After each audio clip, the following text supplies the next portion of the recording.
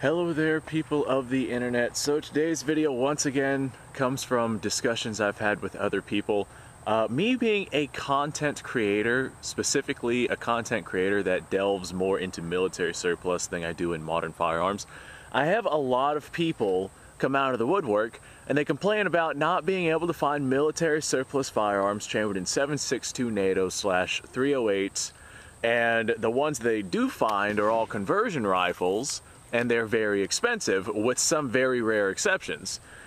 And I was just kind of like scratching my head, and every time somebody comes out and they're like, you know, I can't find a good Mauser or something like that chambered in 7.62 NATO that's not a conversion and that doesn't cost an arm and a leg. And I'm like, no dip, Sherlock. What do you think 7.62 NATO is? Think about the time period that 7.62 NATO came to be. 7.62 NATO was an effort after World War II to create an intermediate cartridge. Not a very good effort, mind you. Better cartridges in terms of intermediate cartridges came out. 7.62 NATO being like the highest possible end for intermediate cartridge, or like the bottom tier end for a full power rifle round. Speculation and whatnot, you know, your own opinion determines which category 7.62 NATO actually falls into, but I digress. 7.62 NATO was an attempt to create an intermediate caliber cartridge that could be used in full auto capabilities, but also semi-auto capabilities, for a type of rifle that was becoming the new norm. Your old school bolt action rifles were on their way out the door. Your Mausers, chambered in 8mm, and your Enfields chambered in 303, your French guns chambered in 7.5, your, you know, all insert miscellaneous military surplus rifle here chambered in some specialty round that country was using at the time. Basically all of your countries that were on the same side, the Allied side for the most part, during the Second World War. Of course, I'm going to go ahead and point out that there are some exceptions there. What would become modern day NATO countries would all end up adopting the 7.62 NATO round, so they had some sort of universal round that every country could utilize during times of war to really simplify logistics. And this came to be after World War II, and after World War II it was very much becoming predominant that bolt action rifles were a thing of the past, and your new magazine-fed intermediate caliber rifles were definitely the wave of the future. There were some holdouts, and some countries did still make like old school style bolt action rifles chambered for the 7.62 NATO round. Like, for example, my Ishapur #1 Mark III right here, built out of the factory in 7.62 NATO. This right here is a very well, compared to other military surplus rifles, this is a very rare example of an old school rifle being chambered in what was at the time a brand new military round. After the creation of rifles like this in the old school design, it became very clear that the new style of weaponry, your assault rifles, not assault weapons. I'm gonna point that out right now. People are like, assault rifle term doesn't exist. Yes, it does. It's a intermediate rifle, or not necessarily intermediate rifle. It is some sort of rifle with select fire capabilities, most commonly in an intermediate round. A lot of times if they are in a full power round, they transfer more into the category of light machine gun than they do assault rifle, but that's a topic for a different video. It was becoming clear that assault rifles in intermediate calibers were definitely, by every stretch of the imagination, the wave of the future, and that is what military forces are using to this day. Back whenever the 7.62 NATO was, you know, fresh on the market and freshly coming out, countries were adopting weapons like the FAL. The US had the M14/M1A systems, depending on whether or not you're civilian, but you guys see the point that I'm trying to make here. Old school bolt action rifles, whenever the 7.62 NATO came out, were deemed basically obsolete. Some countries in some areas were still rocking their old school bolt actions design, but wanted to get onto the bandwagon of the 7.62 NATO round. So some countries did convert like their old school Mausers to 7.62 NATO, like the Spanish did. I have several Oviedo Mausers chambered in 7.62 Setme, versus 7.62 NATO, dimensionally identical, but the 7.62 Setme burned at a lower pressure because the Spanish were not certain if their rifles could handle 7.62 NATO pressure ammunition. Turns out they can. We know from modern testing and modern examples, but the Spanish at the time of this conversion did not know that, so they adopted their own 7.62 Setme round, and they got several rifles, you know, assault rifles. I'm going to continue to use that term because I've just explained my terminology behind the term assault rifle. They've adopted assault rifles in 7.62 NATO, and their bolt-action rifles were essentially surplused out to the civilian market for anyone who wanted a cheap 7.62 NATO rifle. So for all of the people out there that are complaining that they can't find military surplus chambered in 7.62 NATO, like your old school military surplus rifles chambered in 7.62 NATO, I'm like, yeah, you are correct. That's because whenever these rifles were predominant and existed, they were not chambered in 7.62 NATO, and the ones that were chambered in 7.62 NATO right from the factory were obsolete literally as soon as they were made. Some countries did some conversions, and some civilians did some conversions. I've seen several, you know, Mauser 98s and whatnot that have been converted to 7.62/308 just because it's an easier round to find than, say, 7mm or 8mm.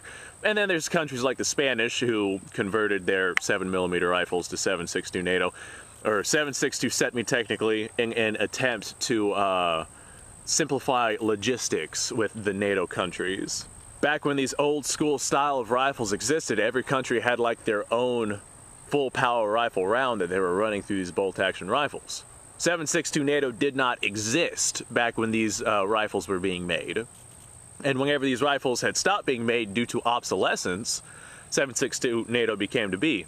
Damn, I have the hiccups again. I do apologize about that. 7.62 NATO became to be, and it was the adoption of 7.62 NATO and this new type of rifle that every country seemed to be leaning towards that really made these old school bolt actions fall out of favor. So hopefully this clarified some stuff for some people out there that are looking for cheap 7.62 NATO surplus rifles. You're not going to find them in the old school configuration unless they've been converted rifles, or very seldomly do you see factory-made, old-school style rifles chambered in 7.62 NATO. They're not very common. If you want a 7.62/308 rifle, military surplus is not the way to go. Not unless you're getting a parts kit for something and you want to end up building your own FAL or something like that off of a parts kit. Hey, by all means, you go ahead and you go for it. Or if you're looking for a conversion of some sort of old-school military surplus rifle, there's plenty of rifles out there just like that. But for the most part, if you want a 7.62/308 rifle that's an old school bolt action design, you're gonna want to get something commercially made, because the old school bolt action rifles just were not chambered in 7.62 NATO. It didn't exist at the time that these rifles were made. So unless you find conversions, or the very rare cases where old school designs were made in 7.62 NATO and immediately turned obsolete, then there's there's not much hope for you out there. So, I hate to be the bearer of bad news. Believe me, I would love to find cheap 7.62 NATO bolt-action rifles, you know, in military surplus configuration, but they're just not out there. They don't exist. The time periods don't line up. The obsolescence of the firearms don't line up. The firearms technology did not keep up with the development of 7.62 NATO, and countries are still rocking their old school bolt action rifles after the adoption of 7.62 NATO. Then we would see a bunch of these old school rifles in 7.62 NATO, but firearms technology was just advancing too quickly. Along with this new 7.62 NATO round, it was this advancement in firearms technology that actually made 7.62 NATO necessary. They wanted a shorter action than the 30-06, but still had quite a bit of power. Not quite as much as the 30-06, but whenever you're talking about the standard military loading of 150 grain projectile, they're pretty much close enough. But semi and full automatic rifles that are magazine fed from the bottom versus like some sort of clip feeding device from the top, this was obviously the way of the future, and that is where militaries have gone. We see that in modern military technology nowadays. You know, magazines from the bottom are absolutely way more predominant than stripper clip fed rifles from the top. Alright, well, ladies and gentlemen, I think I've rambled on enough with this topic. Thanks for watching, folks. Subscribe to the channel, like the video. Description down below has a link to all sorts of different things. You guys go ahead and go check that out. And I don't know what else to add to this. I'm sorry. I hate to be the bearer of disappointment. Like I said, I'm disappointed too. I would love for cheap 308 rifles, but they just don't exist. Well, they do exist. I would love for cheap 308 military style rifles, but they just don't exist. So yeah, you're gonna have, if you get yourself a surplus rifle, you're gonna have to get the ammunition that the rifle was originally chambered in, unless you have some kind of conversion. Anyway, like I said, thanks for watching, folks. I already did the outro, so you guys go off, have yourself a fantastic day.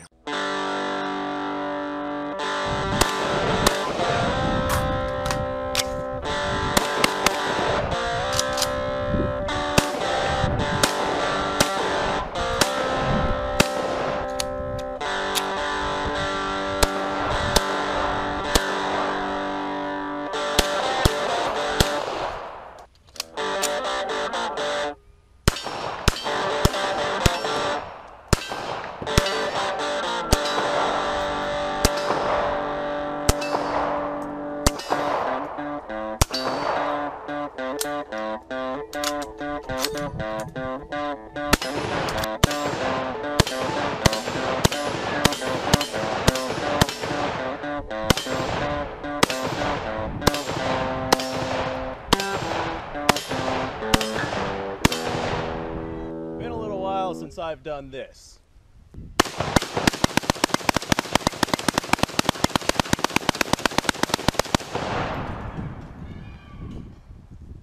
Bonnie and Clyde be damned. The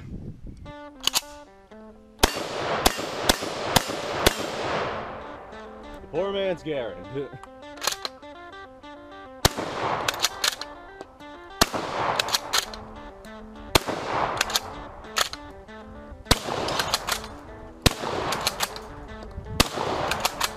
It's a shame that bolt-action shotguns aren't more mainstream.